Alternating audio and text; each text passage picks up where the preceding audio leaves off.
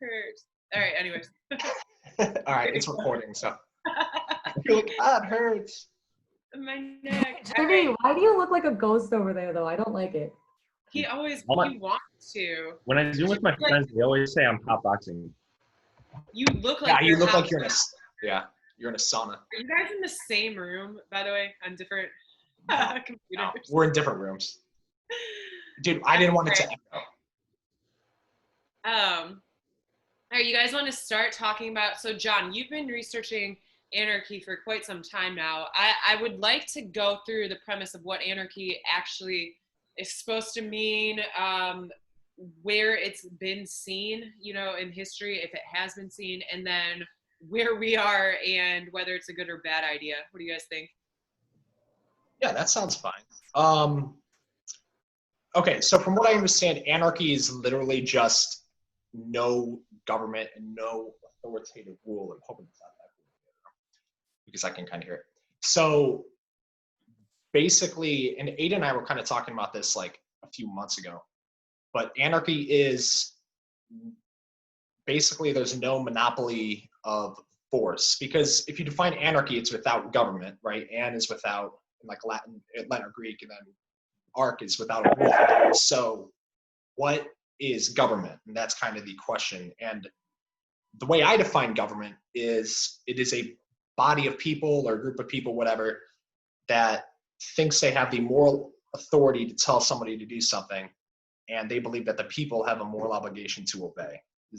Do we agree on the terms? Biz, I think you're muted. Am I muted? Can you guys hear me? Yeah. I can hear you.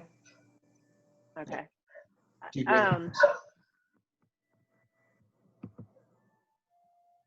It's like a weird noise. And so I've tried to set with my headset too. It's being weird. Busy started fading out, and then Ada got like really loud. Okay, I'm just gonna AirPods on. I'm gonna take them off. Okay, that sounds better, Busy. You sounded kind of muffled. Okay. Okay. So, so to go back, anarchy, essentially, that there are no rules. Can you repeat what you just said, John? Sure. So anarchy is so if you look at the Latin roots, an is without, okay, like anarchy, and then arc is ruler. So anarchy is basically without a ruler. And in the context of politics, it's without government. So the question really is, what is government? And government is, the way I describe it, because if you ask anybody, it's someone, it's a group of people that protects you, all this other stuff, but it's really, do you guys agree that it would be, what do you guys think government is then, I guess? Let me look up the definition of government, because I actually think after having conversations with different people about what government is or what it should be doing, I think everyone has a different concept of what it means. Do you know what I mean? Yeah, exactly. Yeah. And so, and I guess that would depend on, what government style you think should be integrated into the fabric of a country or a community. Okay, so government, the definition is the governing body of a nation, state, or community, the agency of the federal government, the relation between a governed and a governing word, the group of people in office at a particular time, administration, the action or manner of controlling or regulating a nation, organization, or people, the system by which a nation, state, or community is governed. So I think it's more than that, though, all of that, because what you said could be like your boss could be governing your workplace and stuff, but it's a completely different dynamic. Like, right. Well, a government has the authority to imprison you and not allow you to live amongst the rest of society. Exactly. Your boss can't do that. So, I mean, I'm just saying based on what you read, and I'm looking that up too, Biz. I think it's Wikipedia. It just says a government is the system or group of people governing an organized community. That's like, I mean, you could call that's like your boss. That's like your parents. That could be anything. That's extremely vague. You look at our families, 7 kids. Mom and Pop definitely had a community of people that were under their tutelage. So it's a vague term, but I think if you take it in the context of political science, and you apply it to a state or a country as opposed to a group of people, that would make it a government as opposed to a regulatory body. It's so vague though, and I almost feel like it's on purpose, and that's what allows the government to become more powerful and take control over a group of people in such a way that, what we're talking about, anarchy, is more desirable, than actually having a legit government or regulatory body. So in my opinion, it's vague to lend people to abuse it, or at least sure. the definition of it. Wait, Ada, what were you saying about what government can do that's different than this definition? You're on mute or something, Ada. I can't hear you. Is anyone listening to me? Sorry, kids kept talking. No, I just said that they, different than your boss because they, have the authority to not allow you to live among society. Yeah, and I think people put it better than me on like YouTube and stuff, but they say that government basically has a monopoly on force that no other group does. And that's kind of why, like in the foundation of America, they realized this. That's why the Second Amendment is so important, because it was supposed to be a balance of power between the people who had some force to fight against a corrupt government or foreign entity. And so basically a government has a monopoly of force. That's really what it does. And like I said before, it thinks it has a moral authority to tell people to do something, and it thinks that the people have a moral obligation to obey. And I guess the question is, does this exist?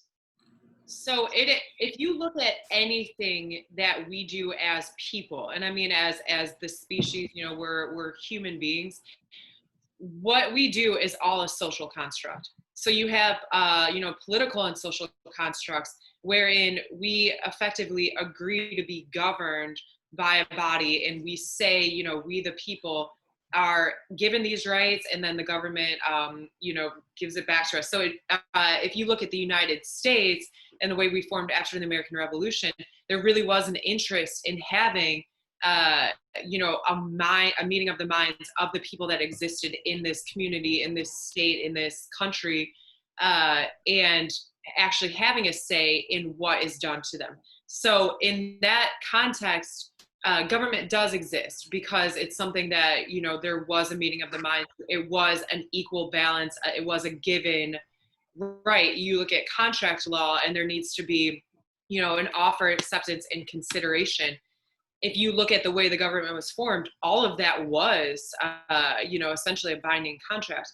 But then if you look at government in the context of other social and political structures, such as communism, where no one really has the choice, they're just born into this entity and they live there, and so this is what they're given.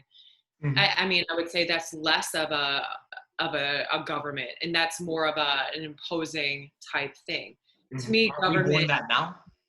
Is it more? Yeah, I think we've evolved into something that's a bastardized version of government. Yeah. But I think the initial idea of government was a give and take. It's supposed to be a people give away certain rights for certain protections. Right. And our government was originally just supposed to allow every individual to be as free and have as many rights as they could have without infringing on the rights of anybody else. That's why there are rules. Like you can't steal somebody's house. You can't just go there and say it's mine now. In a state of anarchy, that would be a thing. Well, in a state of anarchy, though, we as human beings create social constructs. We would still enforce some kind of moral code. I agree. There would be, and like little communities would make their own small governments, which would evolve over time. Yeah, for sure. I think that's probably inevitable in certain areas. I'm just curious, because anarchy has never really existed in the political realm before, ever. I don't think. I'm trying to think if any government has been replaced with literally no government and just said I think if there's a community, I'm thinking of my neighborhood right here, if there were no government, if it was just overthrown and we were just, okay, everybody make the rules that you want, we would automatically make our own rules. Sure. I think most people would, and I think that that's why anarchy hasn't really existed in the past. But Aiden, I keep interrupting, I'm sorry. But in your case, would there be a monopoly of force that exists in your community, right? Say government just stopped existing and you're in Beachland Park.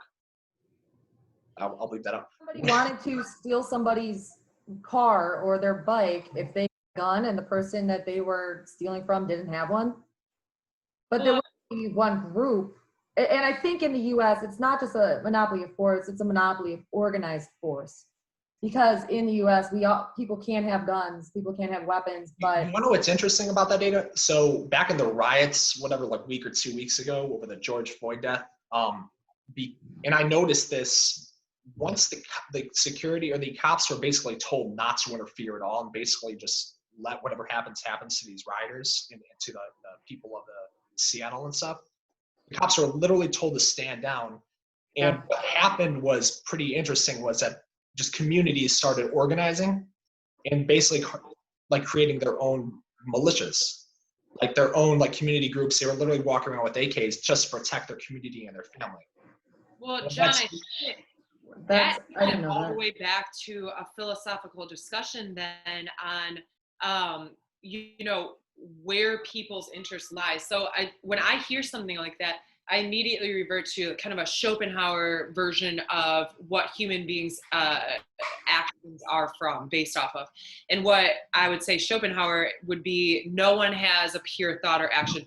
Everything is based on your own self-interest. So even if you were to save an innocent child, for example, you are only doing it because of your own self-interest in doing that. Maybe it's prolonging. Carlson trying to tell us in 8th grade that none of us did anything good in our entire lives because it was all out of self-interest. Wait, who said that? Well, that's a very Schopenhauer. I was thinking that the other night, like, no, like, yeah, you feel good, but that's also a side effect. You also want to help somebody.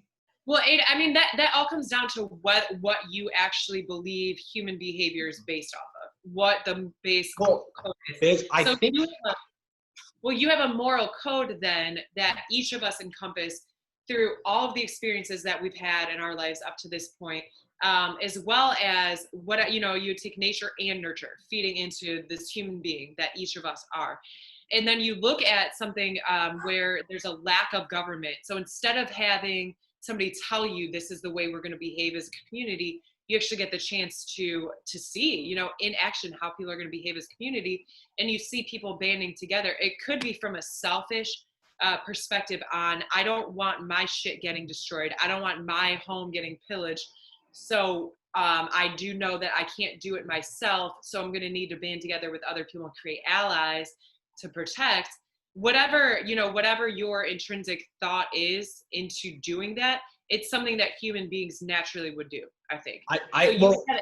There's like a few points. One, I was going to say, I think we would need a certain intelligent society. I'm not doing this like liberal, like not, you have to be intelligent or really smart, like non-religious, whatever. But I think you need a society, or at least a group of people that are smart enough to realize that. Right. I think, I mean, people might unconsciously realize this as well. They might not actually have it at the forefront of their thought process when they're deciding to band together. I mean, like, take a reality TV show, for example, and people are thrown. I've actually never seen Survivor, but the premise is that people are thrown into an island and they're supposed to survive. So I'm pretty sure that what happens is, and you see it time and time again on reality shows of that nature, people form allies. They form allegiances to each other because they know that they have to do that in order to survive. You're weak in some ways, people are stronger in other ways. You kind of need that give and take if you were to revert to the state of nature. Especially if you have a family. Think if you have small children, pregnant wife, you have to have a community around to protect. You can't stay awake 24 hours a day. Well, I guess a point I was just with relating to anarchy, and I'm going to ask Jim this question, but like, do we need a public police force? Couldn't, like I just said, isn't that an example of how a privatized police force will be, one, more effective than a public one? And two, it would probably be a lot safer. And I was going to ask Jim, didn't you say that in America, public cops didn't exist until like the late 1800s or something? Hey, Charlotte. My internet keeps cutting out, so hopefully that doesn't happen. But yeah, I think until like 1820s, there was no public police forces at all, and then they didn't become prominent until early 1900s or something like that. Do you know anything more about that? Like why? No, I don't. Well, I do know that most of the country was agricultural or did not live in cities until early 1900s as well. So maybe that had something to do with it. Okay. I'm just curious how like these people protected their like, I'm so sorry, Jimmy. Can you repeat what you just said? Yeah, apparently there was no public police force until the early 1800s in the U.S. or like 1820s or something like that. And then they didn't become prominent, like there weren't a lot of them until like early 1900s. So what is your concern with the public police force? Because I mean, everyone in the police, they're just individuals, you know. It's the same concern I have with every single public group. You waste so much money. There's so much red tape, regulations. There's no incentive to improve because you're not going to get fired. There's already a monopoly on force, right? So it's not like these cops have to compete against one another. So yeah, I see what you're saying. It's just like every other public. If you were to look at social political philosophy through all different civilizations, through years and years of human behavior and evolution, government was never supposed to be over a body this big. The United States is vast, and you have laws and regulations. You have states that are allowed to make up their own rules, and you have localities that are allowed to make up their own. But of course, the federal government is going to supersede all of this if they decide to. And so you have a lot of different types of activity and behavior occurring in each of these different areas, and they're all governed by largely the same laws. And John, I think that we've discussed in the past, when something becomes so big, the more power, like it's easier for it to get more power. It's more difficult to band together as a huge community and say, no, we don't want that. Or no, like that doesn't really work in our location or our locality. And so I think that the problem with having a public police force is that it will naturally, with it being as big as it is, or it has become, take on more of people's rights. And that's just what happens. And I think that's a problem. Nazi Germany, communist Russia, China. I mean, and those are worst case examples. But yeah, I mean, I'm sure private companies or private military probably would not have done that. Probably. But then it also comes into a problem if you were to say, fuck it, we're disbanding all public police, and everything's going to be privatized. If your community wants a little protection, you're going to have to do it yourselves. The problem is some are going to be weaker than others. You have this huge landmass, except the United States, and it would be so incredibly easy to march in and take over Euclid, Ohio. Hi.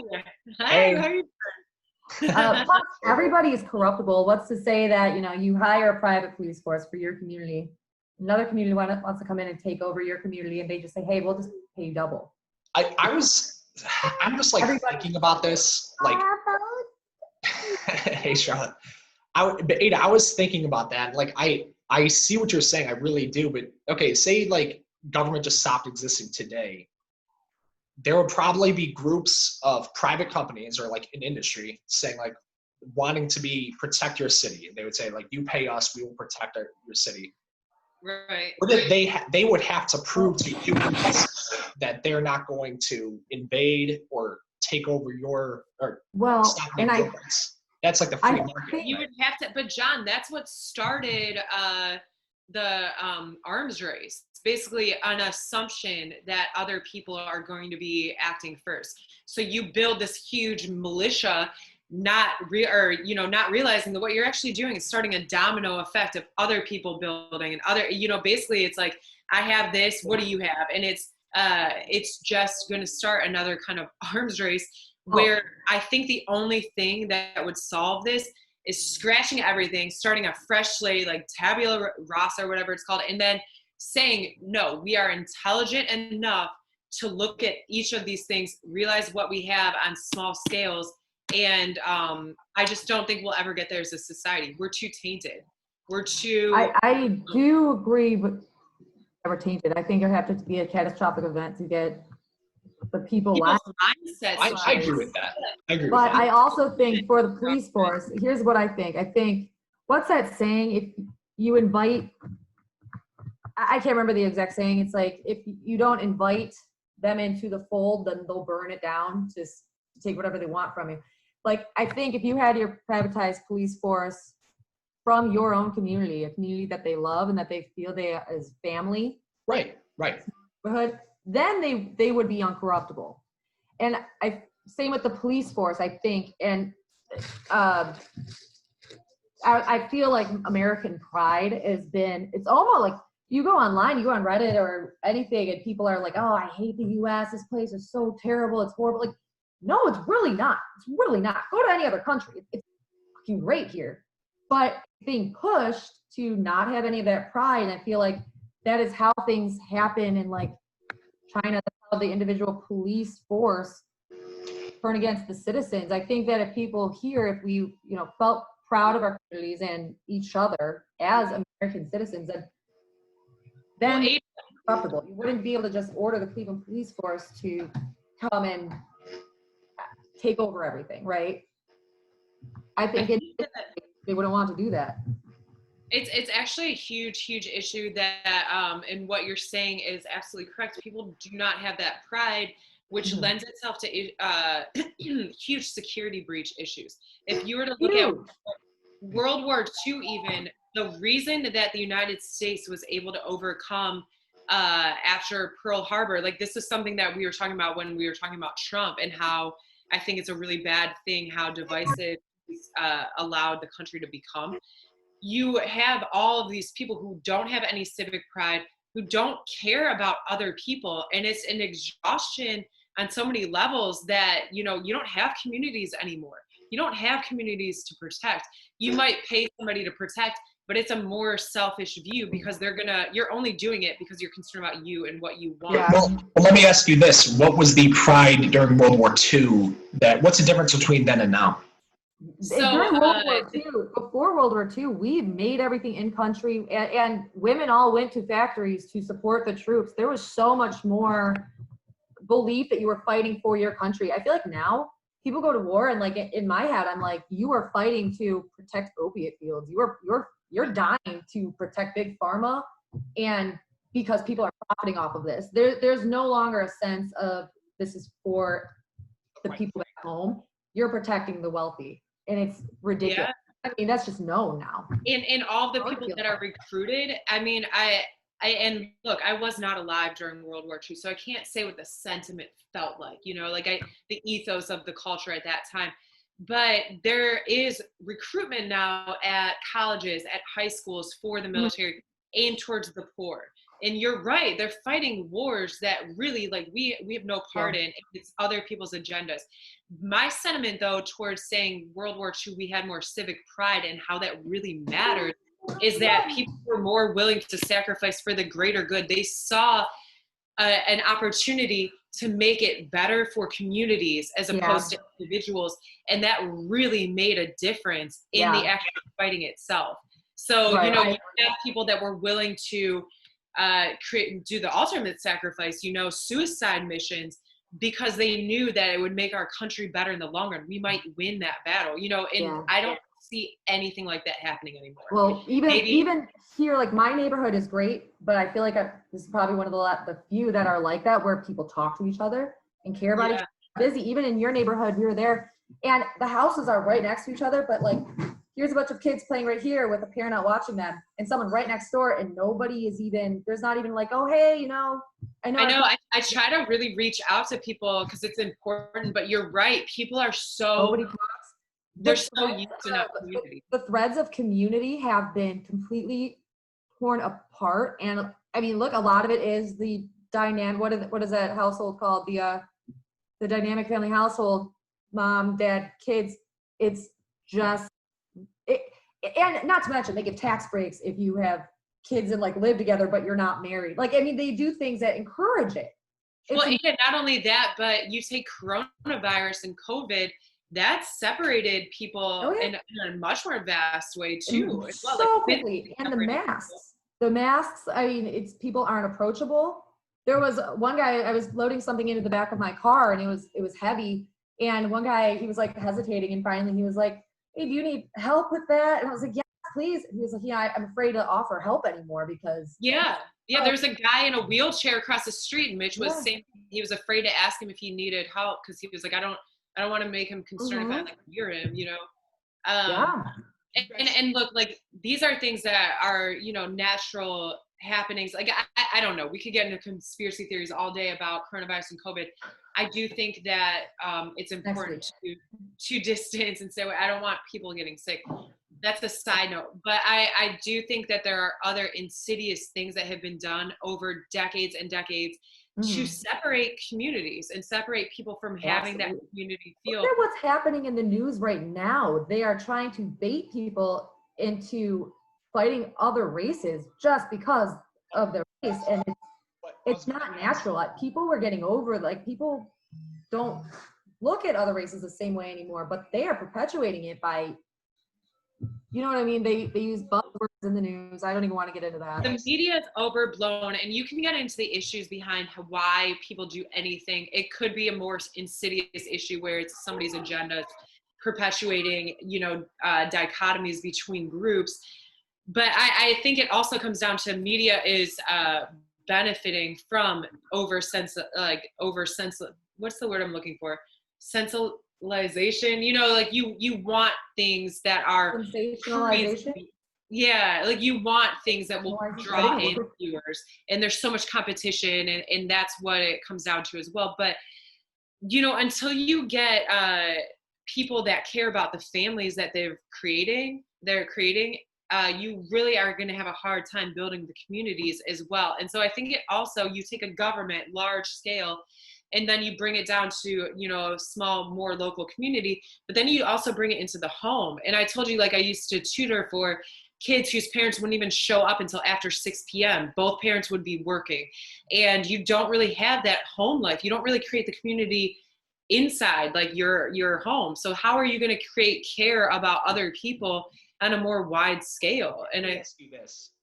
So I agree that, and the founding fathers obviously knew this just with the way they set up the electoral college and the country in general, is that the federal government has very little power, and the local governments, because they're smaller communities, and like you said, now the United States is way too big now for this to really work.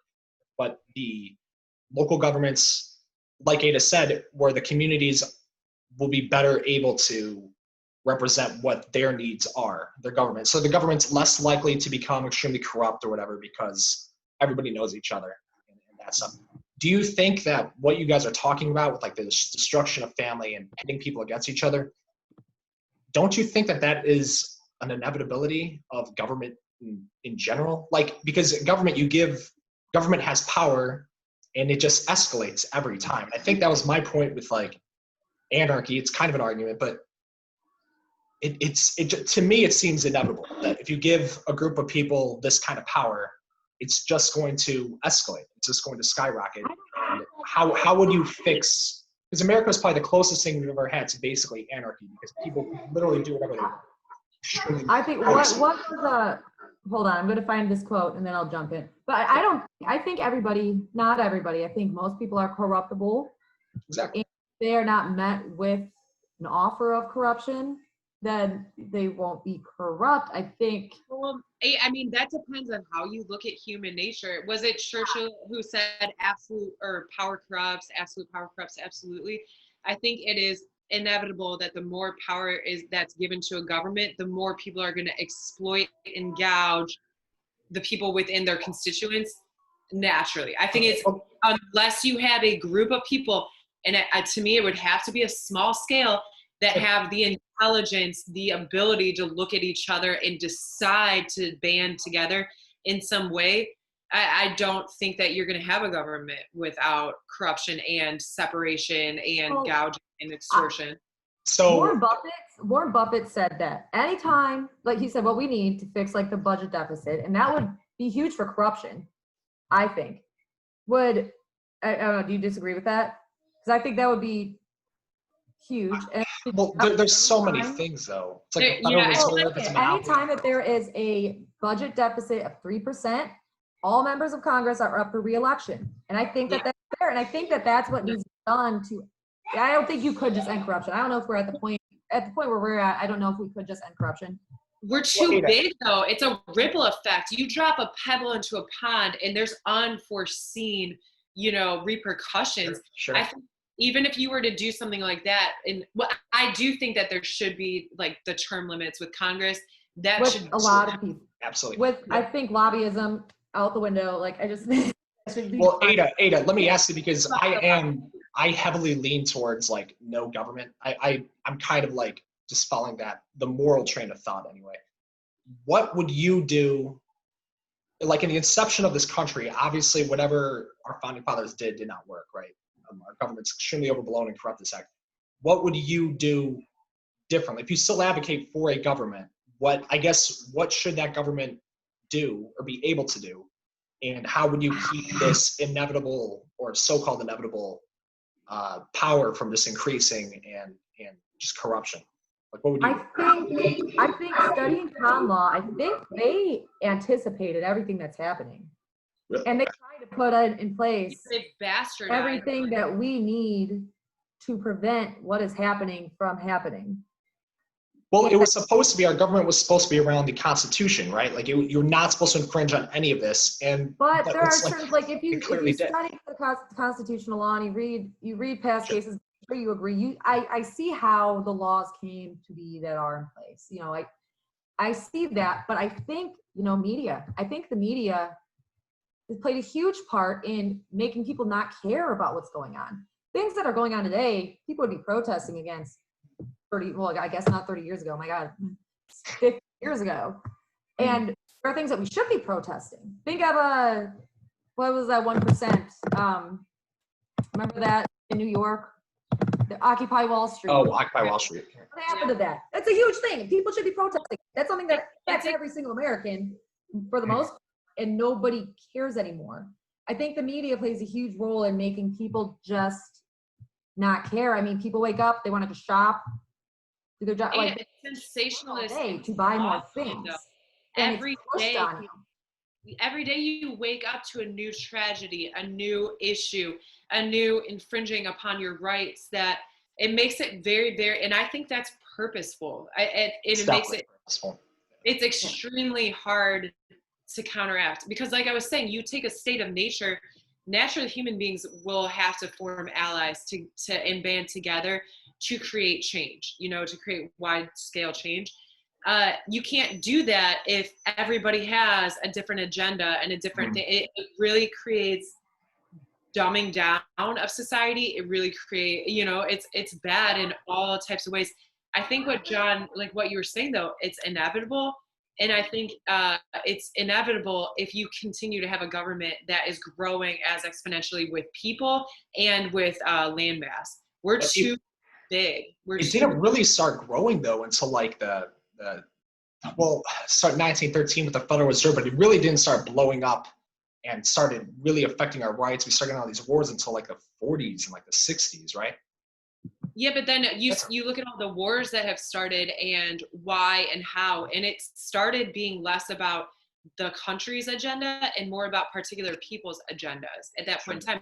You also had the Federal Reserve, which was prior to that have literally broken down the centralized banking system. It created poverty in some way, Remember that documentary we saw where they literally said, "Oh, we started the Great Depression. We didn't really know what we were doing, but we got better." I was like, "What?" It's yeah. But wait, I think we should get maybe like 15 more minutes. I don't know what time you guys have to go. I have to leave in 8, so you guys can continue talking. But sure. But I had one point. So back when like there was slavery, right, and apparently the whole slave trade and picking cotton and all that stuff that the slaves were doing was a huge part of the economy at the time. And people advocated for not getting rid of the slaves because they were basically saying, who's going to pick the cotton? Our whole economy is going to break, blah, blah, blah.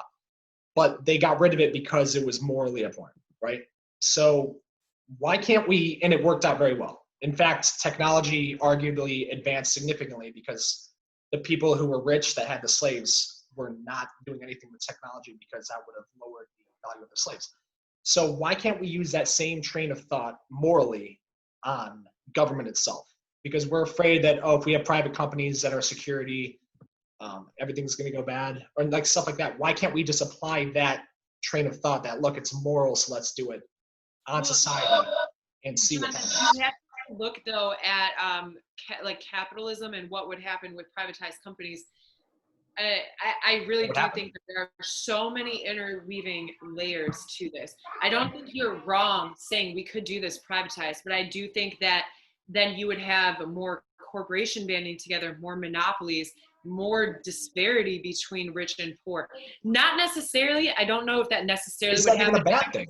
Argument against doing it that way. Our monopoly is a bad thing, and our well, they are if you are not able to counteract them at some point. So say you have, let's just call it Coca-Cola, and there was the argument between Coca-Cola, Pepsi having monopoly over, soda pop business. Sure. It is a bad thing when they're able to cut out anyone else from entering into that market, and those are now your only options. But think of pharma. They could make if you look at what we created in our world, the only ones that have a monopoly. You already do that. But Ada, that is a clear example of crony capitalism. That's them using the government to stifle any competition. That's not the free market, though. So get rid of that power structure. And I'm not saying do it all of a sudden, but in your proposed state of anarchy, like, is there Amazon? Is there like where you live just like today, but there's no government? That's not such work. What's to stop your Amazon driver from stealing your package? There has to be a trust in, I mean. Well, it's a give and take, and that's why on such a large scale, we really can't have anarchy. And with everyone's mindsets not being exactly what's needed, because I mean, look, if you look at pure communism, the way it was originally written out, it's almost exactly kind of what you're proposing, John, like saying with anarchy, saying like, look, let's get together, we're intelligent human beings, and give and take with the rights that we need, but we're not giving power. We're not allowing laws to be created that we have no control over or no say in, or, it's such a slippery slope to giving and taking. We're not getting anything, in my opinion, from the government, yet we're giving a shit ton as opposed to what it was when we first started. So, you have a government that's originally supposed to provide protection, or like what Ada's saying, who's going to stop somebody from harming you as an individual. That's what a government kind of is supposed to be for, in my opinion. But it's a slippery slope, and we don't really have the rights and the powers. And I don't really think, all right, sorry, I know I'm just kind of going off on a tangent here, but I don't think at the end of the day, without having everyone's mindset in a particular way, you're going to be able to enforce or have a true anarchy that would work. Otherwise, you're just going to have physical fighting. It's going to break out, like who's more powerful. I don't know if that, I got to disagree with you. I don't think that, I just don't think that would happen. Oh God, I absolutely, there are people who are not that intelligent, who are more, I mean, think of, like there are absolutely people who would just come to try to steal stuff from you. Wait, Ada, what's that book that it was written by someone that was in Congress at the time? If electromagnetic pulse, if that were to actually happen in our EMP. Yeah, I was telling Johnny about that. Yeah, an EMP. Well, I mean, yeah, really interesting book. But basically, what happened in this hypothetical end of the country, and this is a very real possibility. Like this is something they wrote up something for the Department of Defense, and there's really no way. So you would have small groups banding together, and in cities, survival of the fittest, without a doubt. You have more people together, and what would happen is rioting. What would happen is people are just scrambling to get resources. I agree with you. I'm not suggesting getting rid of everything outright, because you have to phase it out. You have to phase the power structure out. But that would make sense, because once you phase things, people's mindsets change. human Okay, so nature. do you think do you think an anarchist society could exist if we just phase it out? Because do I you think agree you that's would need morally to wrong? have- I think you would need to have a Naturally, people would smaller form a land government. mass. Sorry, Ada. Oh, no, go ahead. A smaller land mass, a smaller group of people, and I think you would need to have, like you were saying, a certain level of intelligence and understanding Sure. from all of the people within that for it to actually work. But I do think like we're so adaptable. Look at how people have been on this sensationalist overload where nothing matters anymore. You don't even know what to protest. People are lumping in certain protests with other protests, and it just is such an amalgamation of bullshit at this point. You know, if you were to phase out things, people adapt. People wouldn't even notice, and I think that would actually create a different mindset in the long run if it was done well. The problem is then who's in charge of the phase out? Who's given that power to decide what's phased out when? Like that's another. True. You don't really have it. It doesn't really exist technically. But no, I was thinking like just like a side comment. Like if you had an anarchist society, like me and Jim were talking about this the other day, technology would skyrocket in advancement. Like think of the Wright brothers back in the early 1900s. Oh yeah. No other country in the world could have done what they did. And why? Because they lived in America where there was no regulation, no oversight, none of that bull crap. They were jumping off a cliff, Kitty Hawk, North Carolina. They were literally jumping off a giant hill to fly this. You know, nowadays people do this. People would be calling the cops. There would be like regulations. They'd have to pay some fines or some, bull crap. They wouldn't be able to do it now. But like, we're we have an planes from this. It's like litigious society as well. The fact that the United States is so lawsuit friendly has also been extraordinarily detrimental to technology and new advancement. Yeah, but that's the way I see it, is if there was no government, like I really think we would be freaking in space by now. Like if there was really no government and people were just free to do what they John, I don't think you're wrong, because if you also look at the fact that none of us have to work, at least, okay, so you look at what we need, Maslow's hierarchy of needs. As human beings, we need shelter, food, and certain clothing aspects to keep you warm or to regulate temperature. That's it. We hands down could easily have machines or mechanisms to provide those things without anyone actually having to lift a finger. The fact that we all are right now suffocating under an imposed 40-hour work week, I mean, this is all a state of the social construct we're living in. Not to mention the student loans that they give on you, knowing that large amount of people who are in student loan debt are not going to pay it back. Like, Ada, that's our next podcast. You're not going to. And the whole college cost. Let's discuss student cost of college. The fact that the government lends the money and then charges such an incredible interest rate that they're the government's even fucking involved. That wasn't the topic for today, but oh man. Well, hey, let's have closing thoughts real quick. I think we should probably just wrap this up. Do you guys agree? Yeah, but I do want to get back to government power. Yeah, we can do it in other facets, but like, sure, it really is bullshit. And when you don't have an entity to fight against, it feels it feels like an insurmountable. I think I know where Ada stands, but so do you think government should exist? I'm not saying get rid of it completely, but yeah, do you think government's moral or should exist? And if so, what power should it have? Jen, it's not so much I think they should exist. I think in any natural state, they will exist. People will form them. I think I agree. I think you're absolutely right. I mean, if you look at the evolution of government throughout all human being society, you take a state of nature, Thomas Hobbes, you take the next evolution of that, you take monarchies, you take oligarchies, you take democracy, which we don't even fucking have. Like, United States is not a fucking democracy at this point. But you take all of these evolutions, and Ada's right. It will always exist. Morally, I think it is reprehensible that we are not allowed to have a say in the rights we give up. I don't give a shit what anyone says. The fact that I have a government enforcing with a fine me wearing a seatbelt in my car is bullshit. Something that I can do that will not feasibly hurt anyone else. And I'm being told I have to be afraid of big bad police officer coming up and enforcing a ticket on me if I don't wear it. bullshit. I don't care. Yeah. Like that the only reason we even have illegalities surrounding drugs right now is because somebody's profiting off of it. Don't give me You're Sure. saying the money.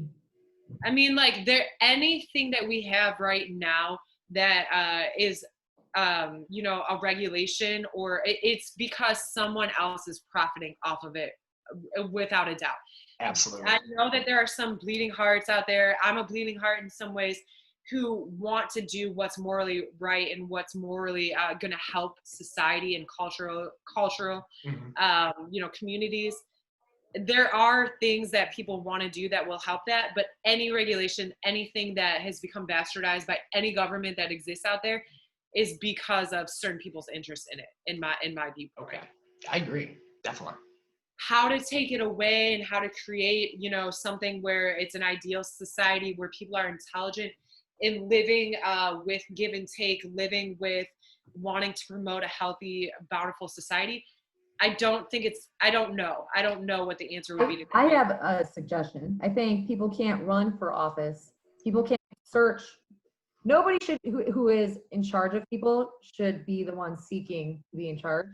Well, People Ada, should, that's what I was saying with Trump. Like, if you say that you are able to lead a country of this size, of this nature, I think that should immediately take you out of the running.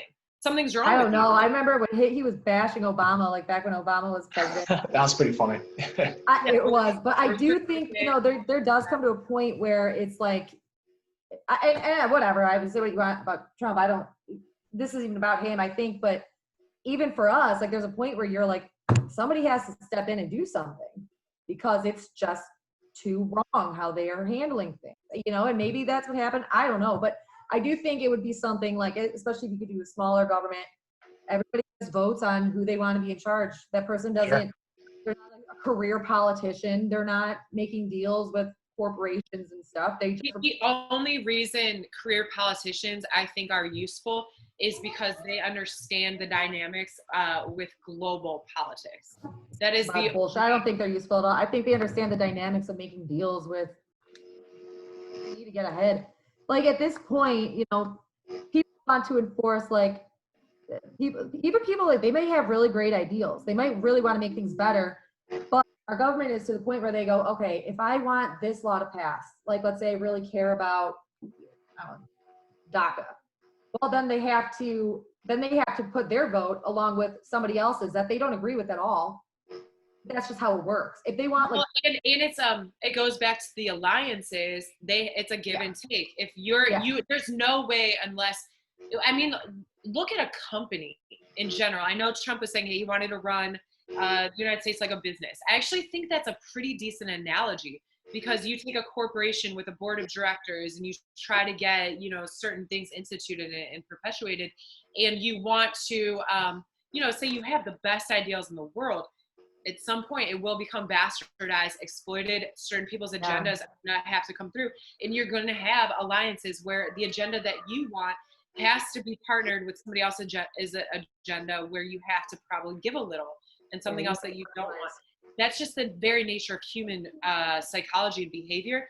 However, I do think that if you have a group of like-minded individuals on a smaller scale, and you have a community, say it's a city the size of Euclid, for example, because it's smaller than Cleveland, I think that it actually could be done there. And you have intelligent people who have the right mindset behind doing everything. I think that it's possible to form a government that is ideal, and a society that is ideal, and a culture that is ideal. yeah. Anything larger, though, I think it all falls apart. You start bringing in give and kind of take. have to make it a bit larger when you start thinking about commuting from, if you're going to Euclid. Okay, so you're in Cleveland. Can you act differently in Cleveland than in Euclid because their laws are different? I don't know. I mean, I think that there's a lot of overlap and a lot of interaction between various cities. So I think that would be hard. How do you draw the line? What if you live in Euclid but work in Cleveland? Well, that's when you get into even the arms race discussion again, where what is Cleveland doing? You know, we can't see it, and we're Euclid. Should we be worried that they're going to exploit us in some way? So we're going to have to prepare to, you know, it brings in dynamics where when you consider other entities acting in ways that are detrimental to other societies, you have to kind of counteract that and consider how to behave in those ways yourself. It's kind of this self-fulfilling prophecy in some ways when you look at how your community dynamics play off of other community dynamics. I don't know. I was reading this thing the other day. I guess what I'm getting to is, are human beings, are we looking at the United States and assuming that everyone's dumbed down and less intelligent and less good? You know, what if we start behaving in ways that, you know, assume that people aren't those negative things, actually are those positive things? Would we see more positive results in the way people behave with each other? And maybe, I don't know. Yeah, this whole topic is like fascinating. I think we should continue because it's already getting kind of late. Yeah, actually, I have to go, but I got you. But you want to continue this particular conversation probably another time because I think we still have a lot of stuff to talk about. Yeah, absolutely. And I'll drop off. Sorry if I monopolized conversation, you guys. I've had a lot of coffee. I got a workout in. I'm like, no, let's discuss, if they're localized governments like that only, let's discuss healthcare, how that would play into it, you know, a larger city. Yeah. And also, I really want to look into the top-rated healthcare systems in the world because I'm really not familiar with them and how they work, money-wise, who funds them. So I want to look into that and then discuss that, especially like we should. Mr. Quiet over here. Do you have any? You've been so quiet this whole time. My window closed and reopened like 50 times throughout this whole call. Yeah, it's like really whack. I saw that. My internet's perfect. I don't know. Must be my PC. Or the same house for people who don't know. Wait, you guys, I really am interested in this. So let's try to get a new scheduled time in. Maybe I'm down for student loans. Let's talk about man, these are so expensive and student loans in general. They're unconscionable. They're unconscionable. You would never give an 18-year-old a $30,000 line of credit. And that's let me close this on one thing. I got a credit card at 18. My limit was $400. That's all I was allowed. Yet that same year, I was allowed to sign tens of thousands of dollars of student loans. Right? It's cool. Well, we should also talk about why colleges are expensive in the first place, because it's pretty simple. Because the government subsidizes them with their loans. Exactly. Well, but we can go into detail.